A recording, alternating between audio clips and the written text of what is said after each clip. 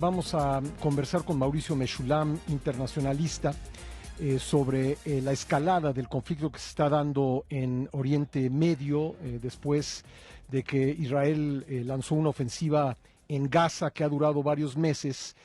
Pues comenzó una escalada en el enfrentamiento con la milicia chií Hezbollah, y ha escalado con ataques que ya le hemos descrito, eh, en los cuales Israel hizo estallar pues centenares de aparatos de radiocomunicación y posteriormente ha lanzado bombardeos sobre el sur del Líbano. ¿A dónde puede llegar este conflicto? Lo vamos a platicar con Mauricio Meshulam. Mauricio, bienvenido al programa, ¿cómo estás?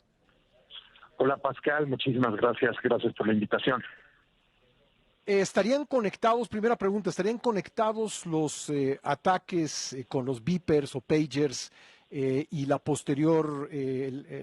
los posteriores bombardeos que desde hace un par de días ha lanzado Israel sobre el sur del Líbano?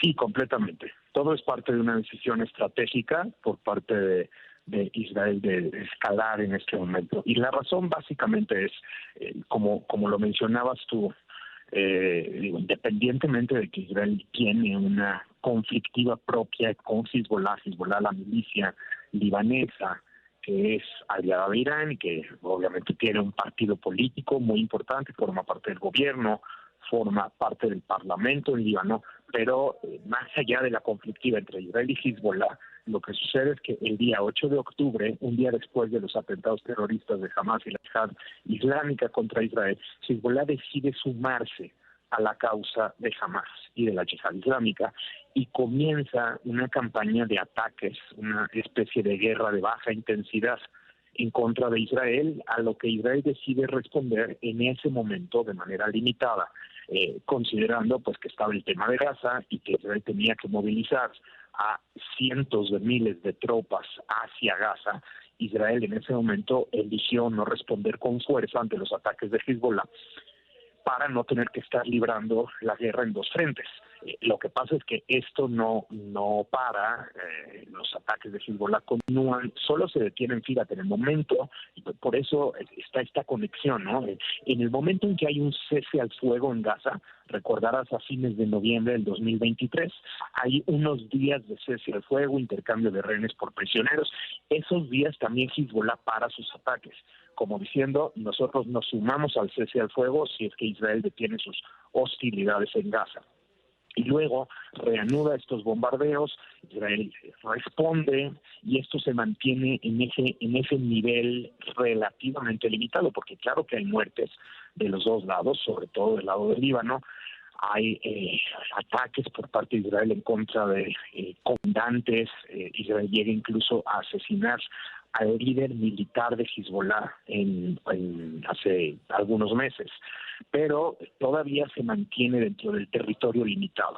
En el momento en que se empieza a acumular la presión sobre Netanyahu, porque los ataques empiezan a escalar, en ese momento Israel toma la decisión de activar una operación mayor en contra de Hezbollah con el propósito de disuadir a esa organización de continuar atacando a Israel. Supuestamente la meta es que las decenas de miles de ciudadanos israelíes que han tenido que abandonar el norte del país puedan regresar con seguridad a sus hogares y que Hezbollah se repliegue del sur del Líbano, a donde marcan las resoluciones de Naciones Unidas, tendría que estar al norte del río Litani. Esto, pues sabemos que es difícil, Hezbollah no es una organización fácilmente disuadible y más que nada lo que está ocasionando es una escalada de todo el conflicto. Escuchamos hace un rato a Josep Borrell, el alto representante de la Unión Europea para los Asuntos Exteriores, decir que esto está caminando hacia un conflicto abierto. ¿Qué posibilidades hay de que Israel y Hezbollah se enfrenten pues de una manera más intensa, incluso que pudiera ocurrir una ofensiva terrestre israelí en el Líbano? Mira, lo que sucede es que cuando tú activas una espiral ascendente de violencia, entonces el conflicto se mueve a través de una cadena de acciones y reacciones. Entonces, en la medida en que Hezbollah decida reaccionar con fuerza, y esto lo está calibrando cuidadosamente la organización. Hasta ahora sí ha lanzado unos cientos de misiles en contra de ciudades israelíes, ya incluida la segunda ciudad israelí, que es Haifa, pero Hezbollah no ha desplegado de ninguna manera sus capacidades. Hezbollah tiene más de 150,000 misiles, tiene también decenas de miles de drones, tiene una capacidad de daño enorme. Muchos de estos misiles, decenas de miles de ellos, son misiles balísticos, otros son misiles crucero. Si Hezbollah tomara la decisión de atacar con mayor fuerza a Israel y esto generara daños importantes, entonces Israel todavía escalaría adicionalmente. Esta es la señal que está mandando Israel. Por cada acción que Hezbollah lleve a cabo, Israel va a escalar un paso adicional. Y si esto detona una nueva escalada por parte de Hezbollah, entonces entramos directamente a una espiral que se sale de las manos de todas las partes, y esto lleva a una confrontación mayor que en última instancia puede incluso arrastrar a Irán a la propia confrontación. Ya estoy hablando de un caso extremo pero plausible, y también en su momento Estados Unidos. La última vez que Israel incursionó en el Líbano, si no me equivoco, fue en 2006. Recuerdo que el jefe de la Fuerza Aérea israelí decía que la Fuerza Aérea podría resolver el conflicto. Finalmente no fue posible y se requirió una ofensiva terrestre. ¿Tú crees que en este caso los bombardeos que hemos visto, que han sido alrededor de 1,600, de acuerdo con la información que tengo, sean suficientes para pues por lo menos atenuar las ganas que tiene Hezbollah de entrar en un conflicto con Israel? Mira, es que hay muchas posibilidades. Es una muy buena pregunta, Pascal, pero no tiene una fácil respuesta. Mira, hay muchas posibilidades, señalo dos. Una de ellas es que se active la espiral ascendente que estoy señalando. Y si se activa esa espiral, definitivamente la invasión terrestre es una posibilidad real y va a empezar a ser vislumbrada próximamente. Sin embargo, si Hezbollah opta por seguir respondiendo de manera leve a Israel, ahí Hezbollah estaría pensando en la estrategia, no en la táctica, porque a final de cuentas a Hezbollah y a Irán les conviene una larga guerra de desgaste en contra de Israel, en donde no tengan que pagar mayores costos por sus acciones, y de esta forma Israel se mantiene vulnerado en la opinión internacional, en las presiones internacionales. Digo, revisa los discursos de la Asamblea General de Naciones Unidas ahora mismo, la cantidad de presión que ya existe en contra de Israel por su guerra en Gaza, la presión que se va a acumular sobre la administración Biden para detener los bombardeos israelíes. Entonces, estratégicamente Hezbollah puede optar, es una posibilidad, por no responder de manera escalatoria, sino simplemente seguir haciendo lo que ha hecho los últimos 2 o 3 o 4 días, que es mandar decenas de misiles, pero no 100, o sea, digamos, hasta 200, 300 misiles en un día. Pero Hezbollah puede mandar, para que me entiendas, en 15 minutos, si lo decide, puede mandar 1,500 misiles, si lo decide. O sea, tiene esa capacidad. Entonces, o sea que hay una autocontención aquí.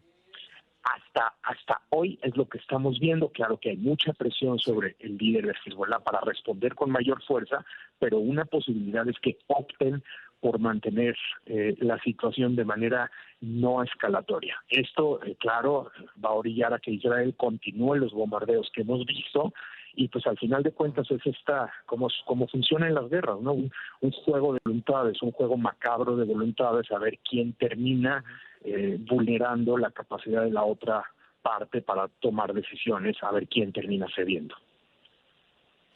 Nos estamos acercando al aniversario de los ataques de Hamas contra Israel, de la incursión terrestre de Hamas en Israel el 7 de octubre de 2023. ¿Este aniversario es significativo en el actual conflicto? ¿Importa algo en Israel? ¿Importa algo en Gaza y en Líbano?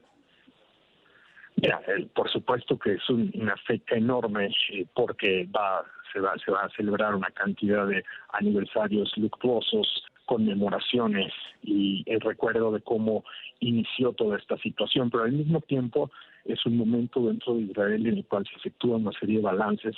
Hay una porción de la sociedad que es muy importante, que considera que la guerra de ninguna manera está siendo ganada, los objetivos de la guerra no están siendo mayormente conseguidos, ha sido demasiado el costo, incluso el costo humano en ambas partes, del lado israelí sobre todo porque los rehenes continúan en posesión de Hamás, del lado palestino por las decenas de miles de vidas perdidas, como para que al final del camino Hamás sobreviva, ¿no? Y no se está vislumbrando una realidad viable para Gaza en la cual jamás no esté operando. Entonces el balance es en ese sentido negativo. Y desde la otra perspectiva, desde la perspectiva de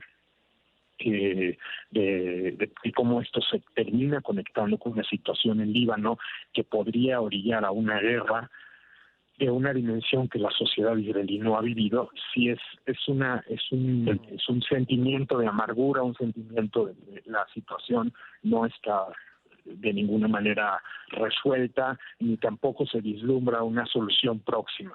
Y claro, una bajísima aprobación de Netanyahu, un alto porcentaje, más del 60% de israelíes considera que Netanyahu no ha llegado a un cese al fuego en Gaza por razones políticas personales y 70% quisieran ya ver un cese al fuego, cosa que no está ocurriendo.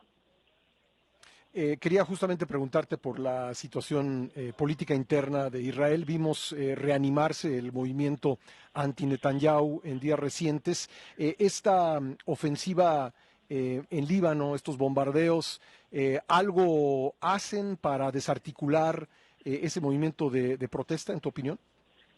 Sin duda, está directamente articulado y sobre todo conociendo a Netanyahu que toma decisiones de seguridad con criterios políticos, sobre todo bajo esta coalición de gobierno actual que tiene, en la cual la posición de ministros ultranacionalistas termina siendo verdaderamente importante para la toma de decisiones de seguridad.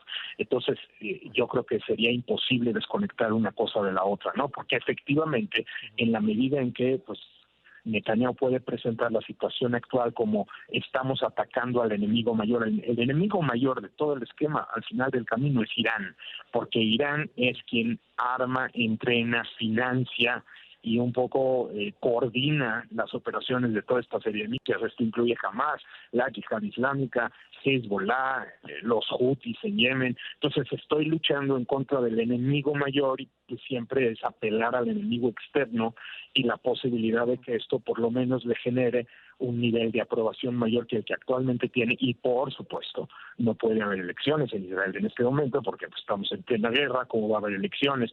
Si hubiera elecciones en este instante Netanyahu perdería. Ese es un tema enorme que obra sobre la toma de decisiones de ese primer ministro. Y no es que lo digo yo, esto lo piensa, insisto, más del 60% de los israelíes considera esto. Pero claro, digo, cuando está una guerra como o está un estado elevado del enfrentamiento con un actor como Hezbollah, sí gana Netanyahu una buena cantidad de aprobación que actualmente no tiene por la situación en Gaza. Me queda únicamente un minuto, Mauricio, pero preguntarte por último, ¿el resultado de la elección en Estados Unidos importa para este conflicto? ¿Tendría trascendencia si gana Trump o gana Kamala Harris? Sí, por supuesto, y Netanyahu, una de sus apuestas es prolongar esto lo más posible, apostando para que gane Trump. Si gana Trump, Netanyahu va a tener un aliado mayor.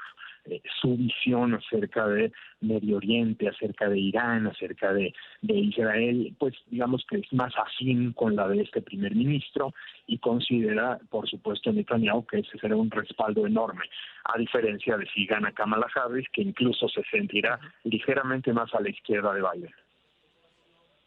Bueno, pues vamos a estar atentos al desarrollo de los hechos en Medio Oriente y te agradezco mucho, Mauricio, que nos hayas acompañado en el programa del día de hoy. Muchísimas gracias, encantado cuando gustes, Pascal. Hasta pronto. Gracias, Mauricio Meshulam, internacionalista.